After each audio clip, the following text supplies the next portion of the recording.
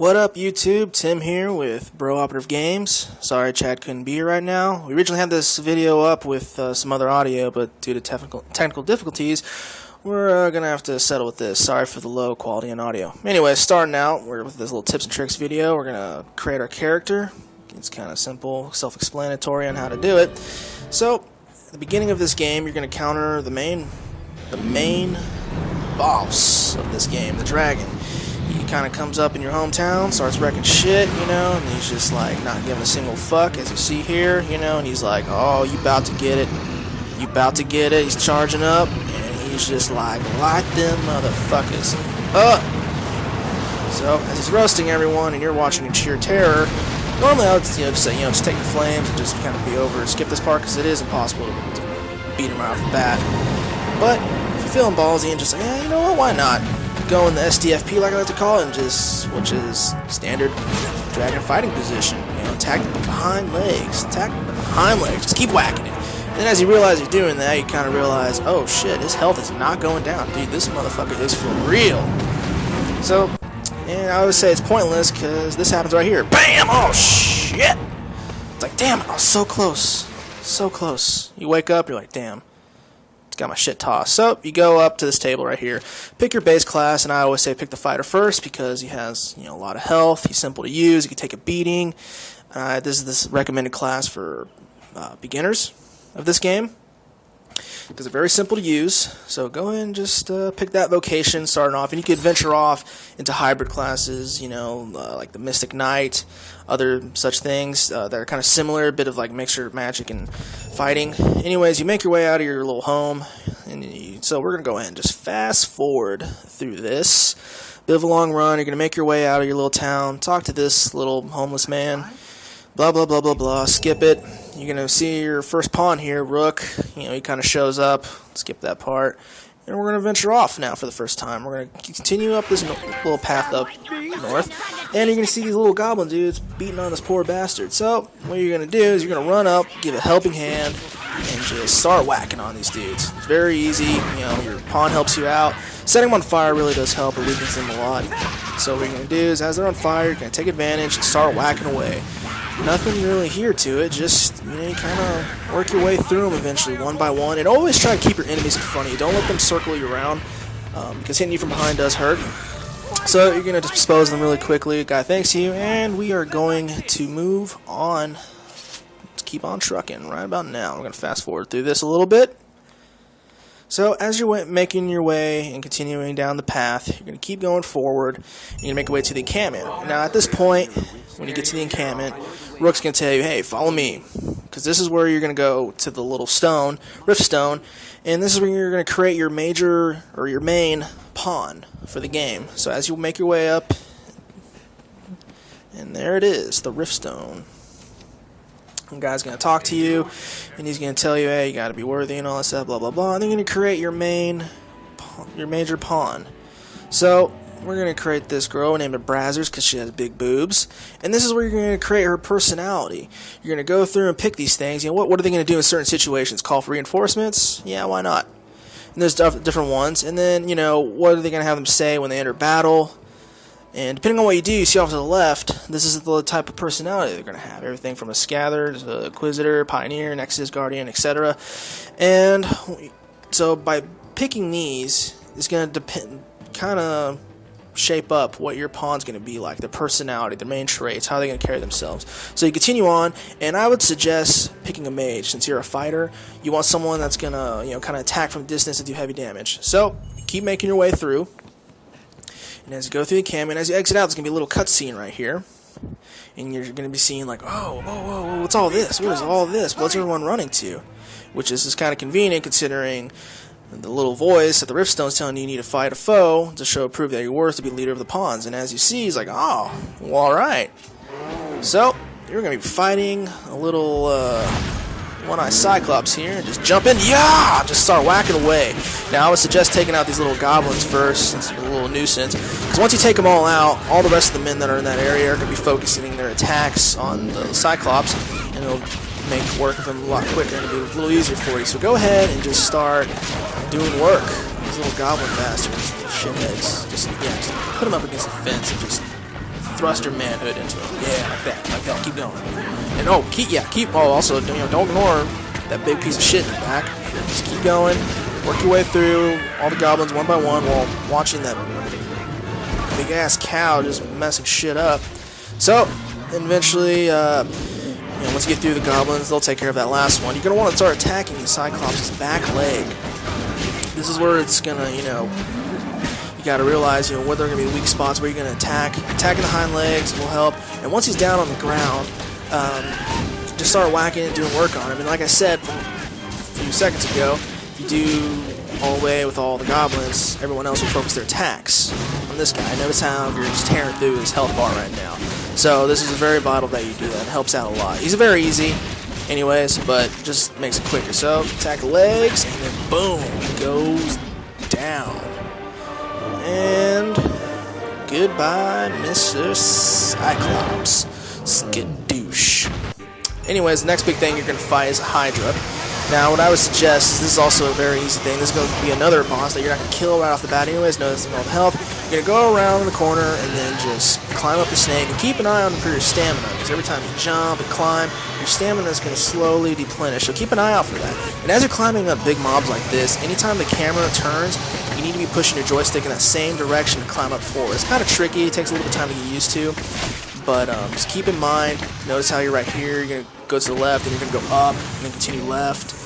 And you're going to want to work your way up, probably to the outer side of the snake's head. And at first, there's this little simulation like it does. It just, crushes this little tower right here. So just kind of back away for a bit, because it's going to go back into place right after this. So once he crushes it, yep, right there. You're just going to kind of wait till he goes back into his little spot. And you're going to do the same thing again. Kind of go around. You're going to jump up on the outer snake. Work your way up its neck. Like I said, keep your eye on your stamina. You're going to keep working your way up, climb up to the upper part of its neck, like so, and make sure you keep an eye on the camera so you know which direction to go. You're going to start whacking away. Now you're noticing, oh damn, his health's not doing anything. He has all those little circles for extra health. Well, don't worry about it, because this will happen after a few whacks. And then, boom! Snakehead on the ground. Congratulations. So once you're done taking out the Hydra, you're going to want to go off to the left here in the encampment, and you're going to see this post with all these quests.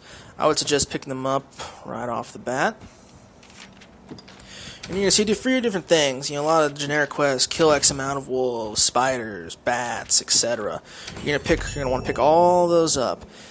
And then that's where that's at. And then also in the same area, the encampment, you're also going to want to take the time and gear up right here. You collected enough money to come talk to this guy, and you're going to gear your guy up a bit. Skip through all that, and what you're going to do is you're going to want to buy some weapons first.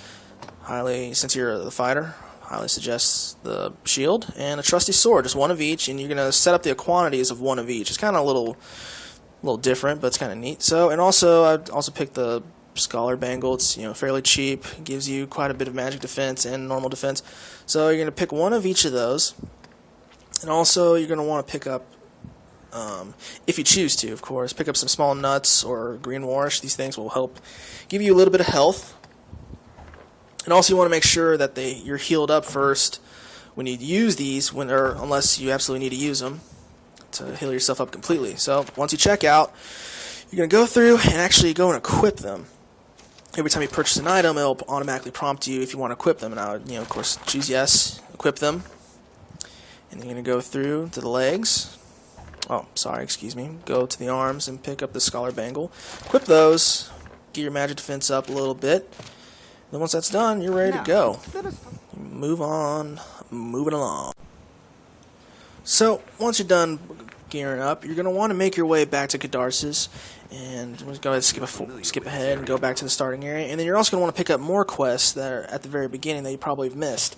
You're going to want to grab these because there's going to be some quests to killing bats and other little creatures, rabbits and stuff. And a lot of these things you're going to be doing as you're doing along the way of other quests. Now, later on, we're going to show another video in this one area in Everfall where it's going to be a good opportunity to take care of your bats. Now, once you continue on north, you're going to out of Cadarsis, you're gonna look up to the left. You go up to that little hill up there, and you can see a few goblins. And as you notice here, there's a big tree trunk there, and there's more goblins up there, and a bunch of rocks. Just kind of keep in mind where this little area, and it's right out the entrance to the left. Make your way up, and as you see this big rock right here, you kill this goblin right here. You're gonna see this chest right here. I don't know if it's different for everybody, but you know, for me it was a coin pouch, a little extra money right there on your way. And yeah, this is right off to the left, and just always keep an eye out where your surroundings. So we're going to continue up north, up the path, and we're going to eventually make our way up back to the encampment, because we kind of backtracked a bit just to grab some quests. So we're going to continue forth, and we're going to encounter some bandits, some normal humanoid mobs for the first time. And as you see here, they kind of ambush you off to the side of the left. And what I always suggest is taking out the ranged attackers first, because they always tend to hit the hardest. And so, like in any rule of thumb, even with the goblins, try to keep them in front of you. So take out the ranged attackers first. So get rid of that archer, and then you're gonna keep moving on to the next mob. And also keep in mind your pawns will be helping out a lot. And also make sure, because they work well, but they're not indestructible, and always keep an eye out for their health. If they're down, definitely go out of your way and get them up, because they're going to help you in the long run. And also, right here, this was probably the first thing I would have taken out, is these sorcerers or mages, because those guys hit hard. Always take them out first. I mean, I'm not even kidding, folks. Take them out. And then once you're done with that, you're going to get through all the other bandits one by one. There'll be no issue. And also, there's another archer there. I'm going to take him out too. Oh, no, actually, it's another sorcerer. Okay. No, never mind. It is... Sorry, that was my person. Derp. So, once you get through all of those, you're going to keep on going. And you're going to skip a little forward, and you're going to fight some wolves. Also, these wolves are actually fairly smart. Always keep them in front of you. If they circle around, they're going to bite you in the ass, literally. They'll come around and just rape you from behind. So always keep them in front. Make sure you keep your eye on them at all times. And fire also weakens them a lot. So anytime you have a fire buff on your sword and shield, take advantage of it. Go in and then just start doing work and take them out one by one. Like I said, see, the wolf is set on fire. And also don't go chasing after them, because they will ambush you. And as you keep making your way up north, you're going to encounter more bandits. And so you're going to take them out one by one. Keep them in front of you at all times. Keep wherever you're around your surroundings. Take out the mage first, and then you work your way to the archers, and then the knights. Same thing over and over when it comes to fighting these. So get rid of that mage right about now. And just the same thing over and over when you encounter them. Moving on. So you're going to make your way back up, and you're just going to fast forward through this a bit. And also along the way, hire some more people that are going to aid you, pawns, and this person right here. And this is another good person to get, an archer, someone who's ranged and is going to do high damage from a distance. So we're fast forwarding. Once you get to the major city, you're going to go into this inn, and this is where you're going to select your first, if you choose to, your first hybrid class. But you know what, we're going to stay into this vocation first, into the fighter. And what we're going to do is buy some augments and some moves for our person, because you're going to want to level into your vocation for a bit, because the fighter is going to have a lot of augments that are going to bump up his health and be able to take damage and just be really beefy. And then also do higher damage. So you're going to level into them a bit, and at this point you can, if you choose to, as you saw in that little menu, to go venture off in different fighters. But we're going to stick with fighter right now. Also, what we're going to do here is also we're going to buy some flasks, and you're going to see why. Health is going to be very scarce in this game. We're going to buy empty flasks, buy about 30 of them. The reason why we're going to buy 30 of them, they're light now, but once you put any liquid or water in there, hint hint, they're going to weigh you down a lot, and you don't want to be over-encumbered, because that's just not the ideal thing to do in this game. If you played Skyrim or Oblivion or any Elder Scrolls game, you'll know what I'm talking about. It's a pain in the ass. So we're going to make our way out of the major city. You're going to go through here, and we're going to fast forward a bit. We are going to travel up north. And as we're traveling up north, keep aware of your surroundings, because the area we are going to is very dangerous. A lot of this stuff will just, wreck your shit right off the bat. So at this point, I highly suggest, if you're going to try to do this ahead of time, I mean, the reward is great, but the risk is really high. I've actually died a few times in my game just trying to get to this.